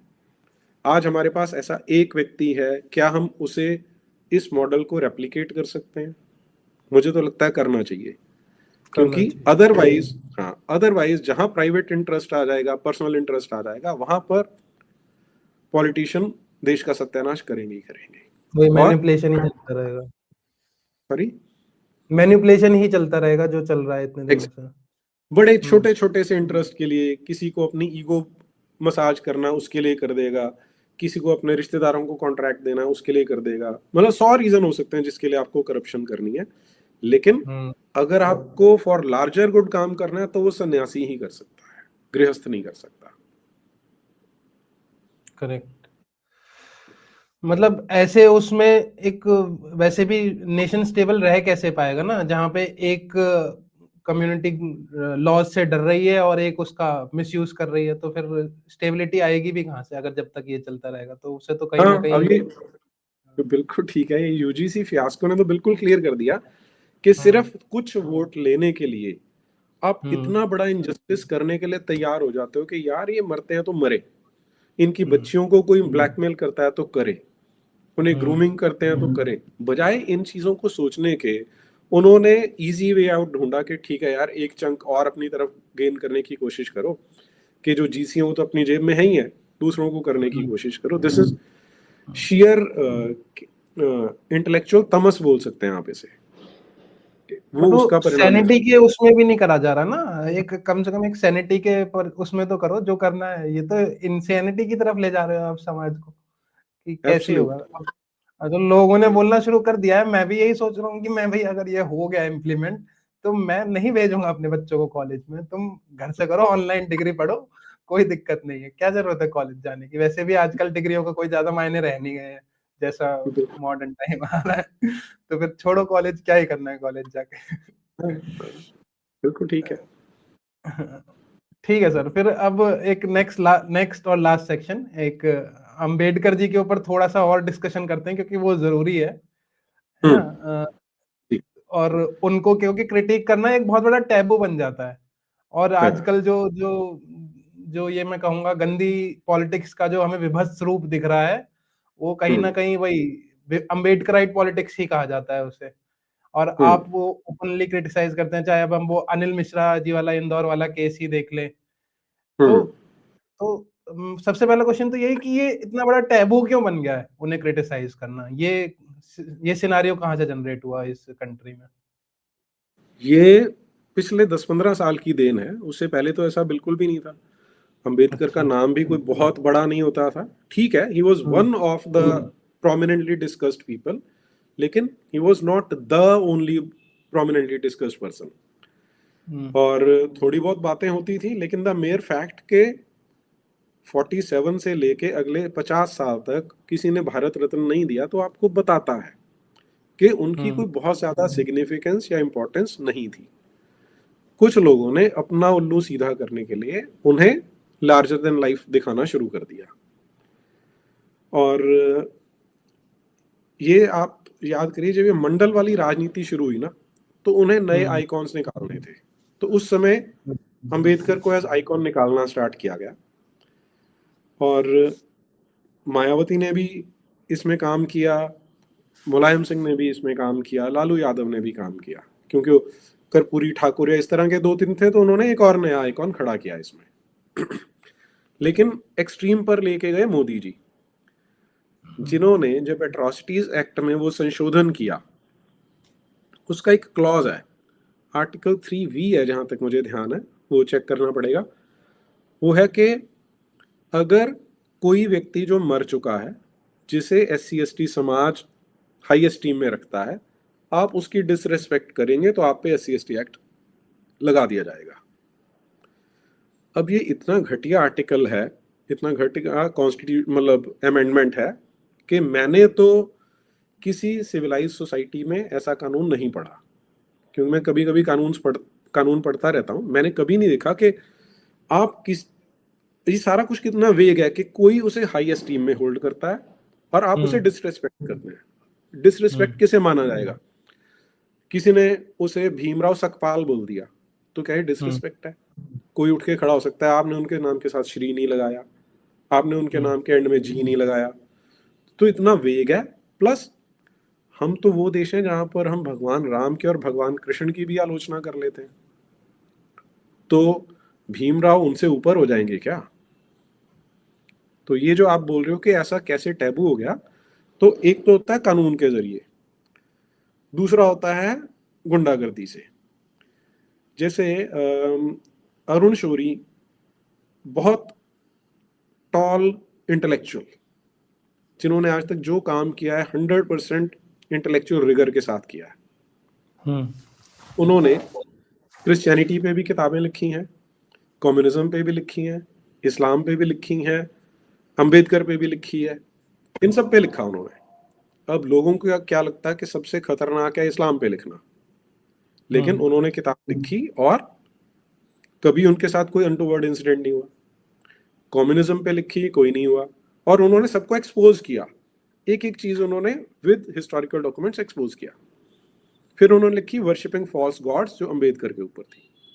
तो एक फंक्शन में किसी ने उनके मुंह पर इंक डाल दी थी उनके ऊपर। तो ये होता है गुंडागर्दी से अपनी बात मनवाना, और मोदी जी कानून के माध्यम से मनवा रहे हैं, जो कि अनप्रेसिडेंटेड है। किसी भी सभ्य समाज में ऐसा होना नहीं चाहिए, हमारे देश में तो कतई नहीं होना चाहिए था। मतलब और एक सिविल जब वो हो रही है, सिविल आलोचना कहेंगे उसे या जो भी कहेंगे, क्रिटिसिज्म एक सिविल दायरे में एकदम प्रॉपर क्रिटिसिज्म हो रही है, तो उस पे इतनी प्रॉब्लम आ रही है लोगों को। लेकिन कहीं ना कहीं वहीं पे जब हिंदू डेटीज की मॉकरी हो रही है, वो सिविल दायरे में नहीं है, वो एकदम अनसिविलाइज्ड वे में हो रही है, उसके अगेंस्ट हमें कोई लॉ नहीं दिखता कि हम उसके अगेंस्ट किसी को कोई FIR भी करवा सकें। आई डोंट थिंक मैंने कोई देखा है, मतलब लॉ है कि नहीं मुझे नहीं पता, बट मैंने नहीं देखा कि कोई इसके अगेंस्ट FIR हो रही है और वो कोई केस बना हो। तो इज इट द लॉ और इज इट द पीपल की क्यों नहीं होता ये ऐसा तो हमने कहीं नहीं देखा। देखिए, पहली चीज, लॉ एग्जिस्ट करता है, करता है जो हर्टिंग रिलीजियस सेंटिमेंट्स है वो वाला लॉ आप लगा सकते हैं। जैसे आप देखेंगे कि किसी ने बनाया कि जो अंबेडकर है वो भगवान राम को पंच मार रहा है या कहीं कुछ ऐसे हिट कर रहा है, इस तरह के कार्टून हम्म देखे हमने। हम्म तो उसमें आप हम्म क्या है, आप जाके डाल सकते हैं, पिटिशन डाल सकते, एप्लीकेशन दे सकते हैं पुलिस में कि हर्टिंग माय रिलीजियस सेंटिमेंट्स है, और उसमें मैक्सिमम शायद 3 साल की सजा है। तो हम्म थ्योरेटिकली कानून एग्जिस्ट करता है, पर प्रैक्टिकली क्या है कि वो डर जाता है कि यार मैं जाऊंगा सामने से, उसने काउंटर एफआईआर कर दिया कि इसने अंबेडकर के बारे में ये बोला था, SC ST तो एक्ट उसके लगा लिए दिया। SC ST एक्ट लगेगा। SC SC एक्ट में 10 साल की सजा है। ओके। उसमें जमानत है, इसमें जमानत नहीं है। हम्म उसमें बर्डन ऑफ प्रूफ क्रिमिनल के ऊपर है, या जो एक्यूज है उसके ऊपर है। इसमें बर्डन ऑफ प्रूफ उसके ऊपर है जिसने के एलिगेशन लगाया। तो सब सब जगह पे वो मिसमैच बहुत ज्यादा है। ST ST एक्ट कोई लगाएगा तो पहली बात तो करेक्ट। जमानत ही नहीं मिल सकती, है ना। दूसरी बात, बर्डन ऑफ प्रूफ किस पे आ गया, एक्यूज के ऊपर आ गया कि तू डिफेंड कर भाई अपने आप को। और तीसरा, उसमें सजा बहुत ज्यादा लंबी है।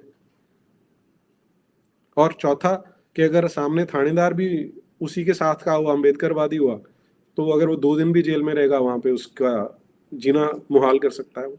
प्रताड़नाएं होंगी वो अलग है। जो प्रोसीजर है वही पनिशमेंट बन जाएगा। Got it, got it.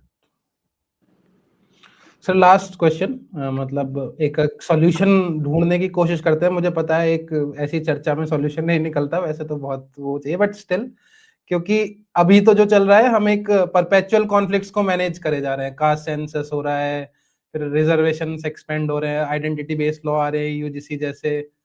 तो क्या कोई आपने सॉल्यूशन देखा जहां पे कोई यूनिटी के लिए कुछ काम कर रहा हो या कोई बात भी कर रहा हो जो आपको लगता हो कि is practical and this should be applied? Unity of Indian people. देखिए, इसके लिए सैनिटी चाहिए होती है। जैसे आपने एक वर्ड यूज किया था इंसैनिटी और सैनिटी वाला, मैं वहीं से चलता हूँ।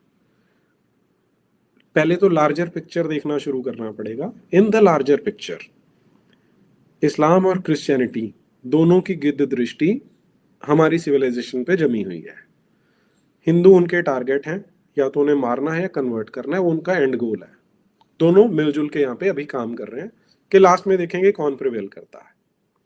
ये तो बर्ड्स आई व्यू, ओवरव्यू रख के हमें चलना पड़ेगा कि this is what is actually taking place.